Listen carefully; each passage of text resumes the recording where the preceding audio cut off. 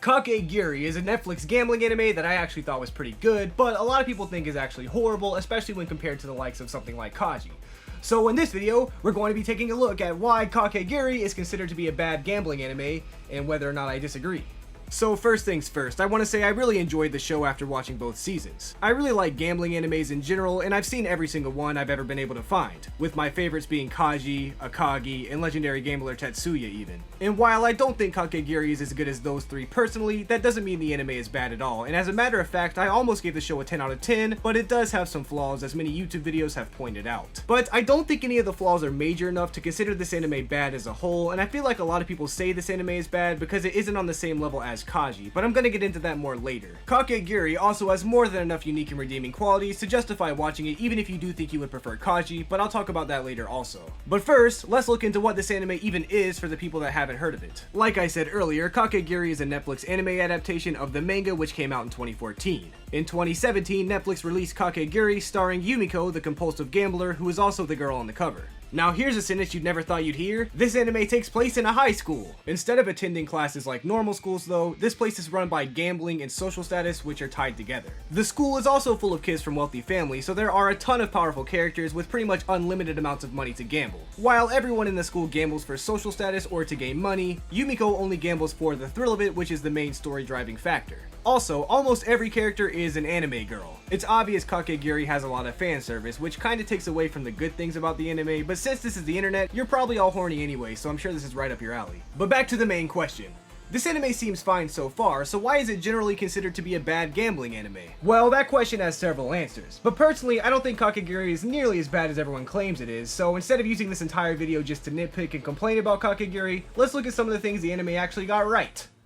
Of course, one of the first things that anyone notices in an anime is the art style, which Kakegurui does pretty well. Obviously, it's not as unique or as creative as an art style as something like Kaiji, but it's still very clean and looks good throughout the entire show. I really enjoyed a lot of the colors they used throughout the entire show, especially the scenes where they went out of their way to show off their art style. The theme song cutscene also goes hard in both seasons, and as a graphic designer, I am impressed with this card sequence stuff in the title screen, and it looks really clean. Another thing the show does a really good job of is writing the characters. I've talked about in previous anime videos how a lot of anime accidentally fall into the same repetitive tropes with their characters and end up becoming boring or just another version of some other anime, but Kakegurui avoids this problem and actually has a lot of really interesting characters introduced throughout the entire show. Obviously, you know the main character is Yumiko, who is pretty much just a compulsive gambler, and that's it. But there are a lot of other main and side characters that are all really charming and add to the world of the show. This is also another anime that just straight up stole Shinji from Evangelion, slapped on a few new attributes and gave him a new name and acted like it was an original character, this time his name being Ryota. He's not too bad, especially if you liked Evangelion, but he ends up being overshadowed by every single other character in the entire show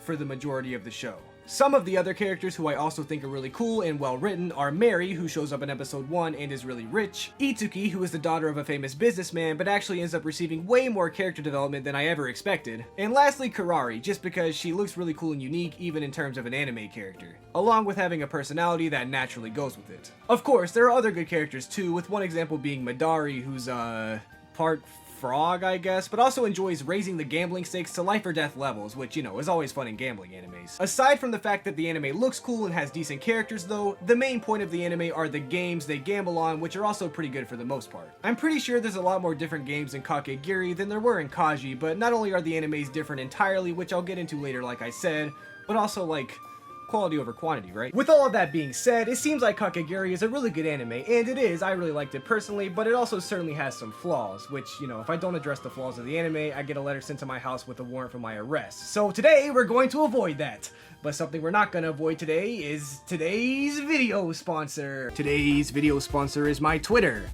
I tweet on here, so, you should follow me. Before I start to get into some of the major flaws Kakegurui has though, let me just say again that I did really enjoy this anime all the way through. I feel like a lot of the flack that Kakegurui gets is just due to it being a gambling anime that wasn't as well done as Kaiji, which I'll talk about more at the end of the video. But I really do think Kakegurui is still a good anime and worth the watch, so don't let these flaws discourage you from checking the show out. But the truth hurts, so we do still gotta look at the bad parts. Other than the fact that there's an obvious abundance of fan service along with the anime stereotypes that come with schoolgirls and stuff, which is still preference at the end of the day, I guess, there's still a bunch of flaws having to do with the main story, which actually become apparent pretty quick. Early on in the show, Yumiko loses all of her money and becomes a house pet. or as I like to call it, catgirl fan service. Which is all fine and dandy, I guess, but when the character hits rock bottom in the beginning of the show, is completely okay with it, and doesn't use this moment to further improve the character development somehow, it just seems like nothing matters at that point. One of the main appeals of gambling animes in general are the high stakes from each bet. Well, if Yumiko already lost everything out the gate and was fine with it, that means the future stakes in gambles aren't going to be nearly as intense because, well, we all know if Yumiko loses then it'll be fine because she already has and she was completely fine with it. This is a small example, obviously, but Kakegurui has a lot of weird decisions made in its story throughout the whole show. But unlike every other Kakegurui video on YouTube, I actually think Kakegurui has a few redeeming qualities that make it worth the watch regardless of its flaws. Earlier I talked about how interesting some of the characters are, along with how well written they are, and this almost carries the show in its entirety. Kakegurui focuses a lot on the side characters of the show and all of their gambles on top of Yumiko, so the viewer ends up getting invested in multiple characters throughout the anime, and I think this actually works really well. Since Yumiko clearly doesn't care about losing and all she wants to do is gamble everything all the time for the thrill of it, there are other characters who don't feel the same way at all and would totally be ruined if they became a house pet. And Kakegurui manages to make you stop noticing its glaring flaws by showing you how good the other aspects of the show are. As soon as you start to think about how weird one of the plot points are, suddenly the amazing soundtrack starts playing as you get introduced to a new character who is suddenly the main interest of the entire show. When all of these things come together like that to successfully hide some of the flaws, it creates the atmosphere of the show, which is the best part of Kakegurui if you're asking me. So clearly I enjoyed Kakegurui despite being a kaiji fan, which is actually really rare. So I think it's time to compare Kakegurui to a bunch of other gambling animes to not only see how Kakegurui holds up, but to also see what's different from Kakegurui to the other gambling animes.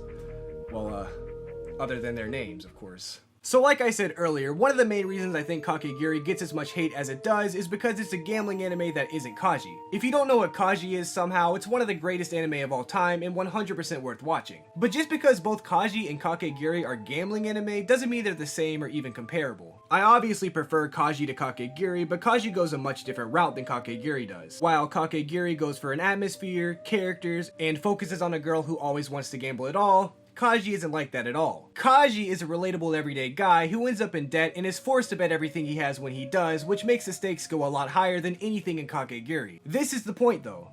When people say Kakegurui is bad, they either compare the stakes of kaiji and Kakegurui, which is obviously going to be a dub for kaiji, or they compare some of the best aspects of kaiji to Kakegurui, like the abstract symbolism in its art style and realism that the characters have. And while these are important things in high-stake gambling animes, that debatably isn't Kakegurui's focus. Sure, the focus is still gambling, but it seems as though the stakes in Kakegurui are a subplot to the other things going on. In kaiji, everything in the story is related to either gambling or kaiji somehow. In Kakegurui, there's a lot more world building and straight up story. And while of course, there is really well done world building and story in kaiji also, it seems as though kaiji has the reverse focus of Kakegurui and spent its focus on the high stakes, the realism, and intensity, while Kakegurui went for the other stuff. Both of these animes do all the things I brought up just fine, but my point is the two animes focus on different things, so to compare the perfect high stakes of kaiji to the lesser focused on high stakes of Kakegurui honestly just isn't fair. One of the main parts of Kakegurui where this shows is in the first episode where they reference kaiji by doing the rock paper scissors card game.